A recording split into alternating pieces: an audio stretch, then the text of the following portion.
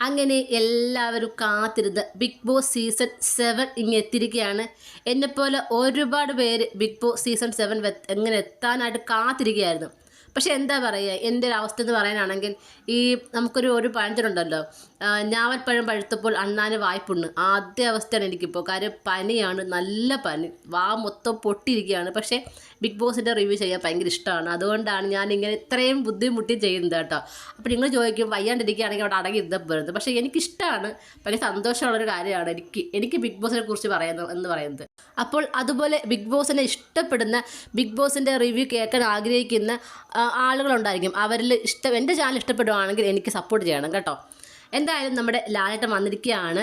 നമ്മുടെ ഈ പ്രാവശ്യത്തെ ബിഗ് ബോസ് ഹൗസ് എന്ന് പറയുന്നത് വളരെ വലിയൊരു ഹൗസ് തന്നെയാണ് കേട്ടോ. കിച്ചണൊക്കെ ആണെങ്കിൽ നല്ല സ്പേസ് ഉണ്ട്. കാര്യം ഒട്ടുമിക്ക സമയങ്ങളും അടി ഉണ്ടാകുന്നത് കിച്ചൻ്റെ ഏരിയ തന്നെയാണ് അല്ലേ. അപ്പോൾ കിച്ചനകത്ത് നല്ല രീതിയിൽ സ്പേസ് കൊടുത്തിട്ടുണ്ട് ഈ പ്രാവശ്യം. മാത്രമല്ല എനിക്ക് ആകെ ഇല്ലാത്തത് സ്വിമ്മിംഗ് പൂളാണ്. അത് സീസൺ 6 പല രീതിയിലുള്ള ഡിസീസ് ഉണ്ടായതുകൊണ്ട്, സ്കിൻ ഡിസീസ് ഉണ്ടായതുകൊണ്ട് മാത്രമായിരിക്കാം സ്വിമ്മിംഗ് പൂൾ വേണ്ട എന്നുള്ള രീതിയിൽ ആയത്. അല്ലെങ്കിൽ അതും കൊണ്ട് വന്നേനെ. എന്തായാലും അടിപൊളിയാണ്. മാത്രമല്ല ഇപ്രാവശ്യത്തെ ജയിലെന്ന് പറഞ്ഞാൽ ചരിഞ്ഞ ജയിലാണ് കേട്ടോ. അവർ അലക്കെന്ന് പറയാൻ പറ്റത്തില്ല, ഒരു ചരിഞ്ഞ രീതിയിലൊരു ബെഡ് പോലൊക്കെ രീതിയിൽ ബെഡാണ് കൊടുത്തേക്കുന്നത്.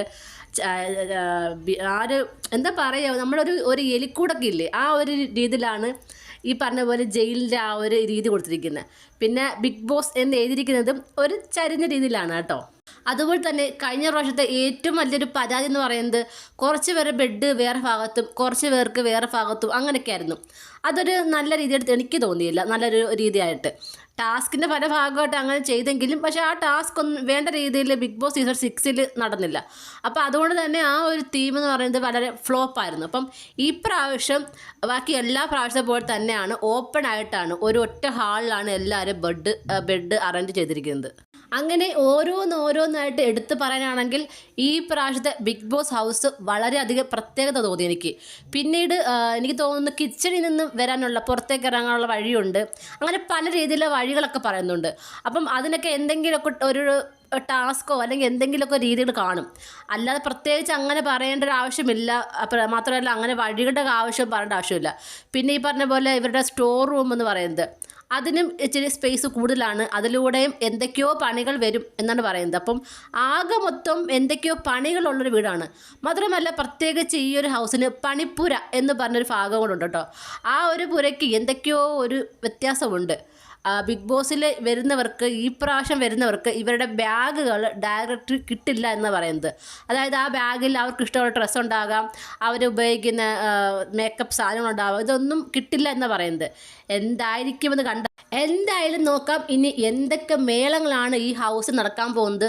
ആകെ മൊത്തം ലാലേട്ടൻ പറയുന്നത്, ലാലേട്ടൻ വലിയ സ്ട്രിക്റ്റ് ആയിരിക്കും, എല്ലാ പ്രാവശ്യത്തെക്കാളും വളരെയധികം സ്ട്രിക്റ്റ് ആയിരിക്കും, വാഴകളെ വെച്ച് പൊറുപ്പിക്കില്ല, ആരുടെയും മുഖംമൂടി ഇവിടെ ഇട്ടുകൊണ്ട് വരണ്ട, എല്ലാവരുടെയും മുഖംമൂടി മാറ്റിയിട്ട് മാത്രമേ ഇതിനകത്ത് കേട്ടത്തുള്ളൂ, എല്ലാവർക്കും ടോട്ടലി പണി തന്നെയാണെന്നാണ് പറയുന്നത്.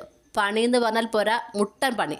എന്തായാലും നമുക്ക് നോക്കാം ഇനി എന്തൊക്കെ പൂരങ്ങളാണ് നടക്കാൻ പോകുന്നതെന്ന്. കൂടുതൽ ലൈവ് അപ്ഡേഷനുമായിട്ട് ഞാൻ ഉടനെ വരുന്നതായിരിക്കും. നിങ്ങളുടെ വിലവേറിയ അഭിപ്രായങ്ങൾ താഴെ കമൻറ്റ് ബോക്സിൽ മറക്കാതെ രേഖപ്പെടുത്തണം. മാത്രമല്ല എൻ്റെ റിവ്യൂ ഇഷ്ടപ്പെടുകയാണെങ്കിൽ എന്നെ സപ്പോർട്ട് ചെയ്യുകയും വേണം.